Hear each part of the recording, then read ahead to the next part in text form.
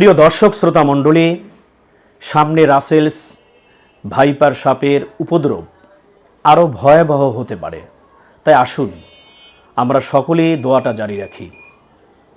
তিরমিজি শরীফের 3604 নম্বর হাদিস, রাবি হজরত আবু হুরায়রা রাদিয়াল্লাহু তাআলা আনহু, রাসূলুল্লাহ আকরাম সাল্লাল্লাহু আলাইহি সাল্লাম ইরশাদ করেন, যে ব্যক্তি সকাল এবং সন্ধ্যায় এ দোয়াটি 3 বার পাঠ করবে, আল্লাহ তাআলা তাকে সমস্ত প্রাণী, বিশেষ করে সাপ, বিচ্ছু প্রভৃতি এবং সমস্ত কষ্টদায়ক প্রাণীর অনিষ্টতা থেকে রক্ষা করবেন।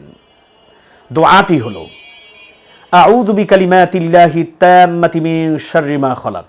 আমি দোয়াটি আবারও পড়ছি, আউযু বিকালিমাতিল্লাহি তাম্মাতি মিন শাররি মা খালাক। এর অর্থ, আমি আল্লাহ তাআলার সমস্ত কালেমা দ্বারা তাহার সমস্ত মাখলুকাতের অনিষ্টতা থেকে আশ্রয় কামনা করছি। এবং মুসলিম শরীফের একটি হাদিসের মধ্যে এসেছে, রাবি হজরত আবু হুরায়রা রাদিয়াল্লাহু তাআলা আনহু, একজন ব্যক্তি রাসূল করিম সাল্লাল্লাহু আলাইহি সাল্লামের কাছে আগমন করলেন। এসে আরজ করলেন, ইয়া রাসূলুল্লাহ, আজ রাতে বিচ্ছু আমাকে কামড় দিয়েছে, আমার ঘুমাতে অনেক কষ্ট হয়েছে। রাসূল করিম সাল্লাল্লাহু আলাইহি সাল্লাম বললেন, তুমি যদি এই দোয়াটি সন্ধ্যায় পড়তে, তাহলে ওই বিচ্ছু তোমাকে কোনো ক্ষতি করতে পারতো না। আল্লাহ তাআলা বিচ্ছুর কামড় থেকে তোমাকে রক্ষা করতেন। তাই আসুন আমরা সকলেই এই দোয়াটি মুখস্থ করি এবং অন্যদেরকে মুখস্থ করার ব্যাপারে উৎসাহ প্রদান করি।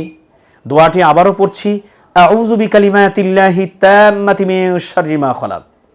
আমি আল্লাহ তাআলার সমস্ত কালেমা দ্বারা তাহার সমস্ত মাখলুকাতের অনিষ্টতা থেকে আশ্রয় চাইতেছি।